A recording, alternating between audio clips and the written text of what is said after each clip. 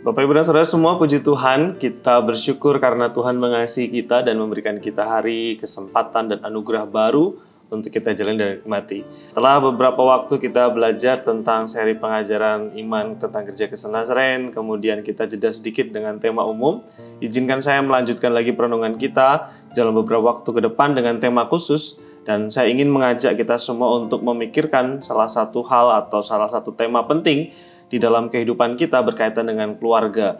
Seperti apakah keluarga Kristen, seperti apakah keluarga dalam kacamata dan perspektif Alkitab. Saya akan memulai renungan ini, seri ini dengan satu tema pertama, yaitu berkaitan dengan konsep keluarga. Hakikat keluarga Kristen itu seperti apa? Dan teks firman Tuhan yang saya ingin bagikan untuk kita semua adalah dari Kejadian pasal 1 ayat 28. Demikian firman Tuhan. Allah memberkati mereka. Lalu Allah berfirman kepada mereka, "Beranak cuculah dan bertambah banyak, penuhilah bumi dan taklukkanlah itu. Berkuasalah atas ikan-ikan di laut dan burung-burung di udara, dan atas segala binatang yang merayap di bumi." Kejadian 1 ayat 28 sering disebut sebagai dasar atau fondasi keluarga Kristen. Ini adalah berkat mula-mula atau deskripsi atau gambaran mula-mula bagaimana Tuhan itu memberikan perhatian dan fokus yang khusus kepada keluarga. Di sana dikatakan bahwa ketika manusia diciptakan, laki-laki dan perempuan, Adam dan Hawa, kemudian Tuhan menempatkan di Taman Eden. Lalu kemudian yang menarik adalah Tuhan memberikan berkat kepada manusia ini. Tuhan memberkati mereka. Lalu kemudian bukan hanya itu, Tuhan memberikan penugasan khusus untuk beranak cucu, bertambah banyak, menguasai bumi, mengelola dan mengolah bumi. Ini adalah salah satu dasar penting, pilar penting di dalam keluarga.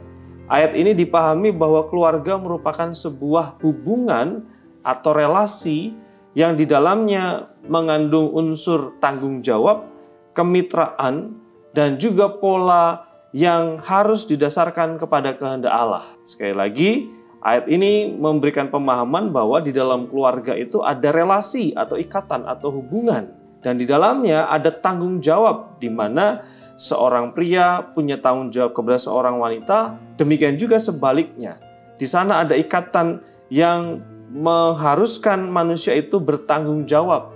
Dan juga kita diberikan pemahaman bahwa di dalam keluarga itu bukan hanya untuk mewujudkan atau memenuhi kebutuhan-kebutuhan fisik, kebutuhan emosional, dan juga kebutuhan sosial untuk mengatasi kesendirian dan juga keberadaan manusia yang seorang diri, tetapi juga keluarga dihadirkan Tuhan untuk menjadi ekosistem. Saya menggunakan kata ekosistem di mana di dalamnya setiap individu itu punya peran. Sebuah ekosistem rohani di mana orang yang ada di dalamnya, baik suami atau istri, kemudian dipahami bahwa punya tanggung jawab rohani. Bukan hanya untuk mengatasi kesendirian, bukan hanya untuk menjawab kebutuhan sosial, emosional maupun fisik, tetapi memiliki tanggung jawab kepada Tuhan. Kita meyakini bahwa Tuhan memberikan berkat kepada keluarga, manusia bertanggung jawab bukan hanya kepada pasangannya, istri atau suaminya, tetapi bertanggung jawab kepada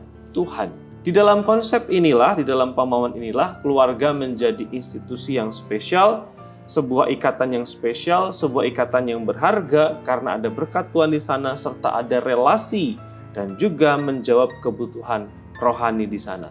Mari kita secara khusus, kita semua yang sudah membangun keluarga, sudah punya keluarga, kita memikirkan bahwa keluarga kita punya berkat khusus dan juga punya relasi rohani di sana. Mari hadirkan suasana rohani, hadirkan Tuhan di dalam keluarga kita.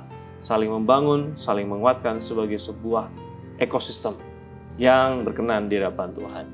Kiranya firman Tuhan ini menolong kita semua untuk terus bertumbuh di dalam Tuhan, mengasihi Tuhan, dan mewarnai kehidupan kita dengan firman-Nya. Mari kita berdoa. Tuhan, terima kasih untuk berkat dan kemurahan-Mu. Kami bersyukur karena hari baru yang Tuhan berikan. Mohon berkat dan kemurahan Tuhan supaya dalam setiap aktivitas kami di sepanjang hari ini diberkati dan dilindungi serta disertai oleh Tuhan.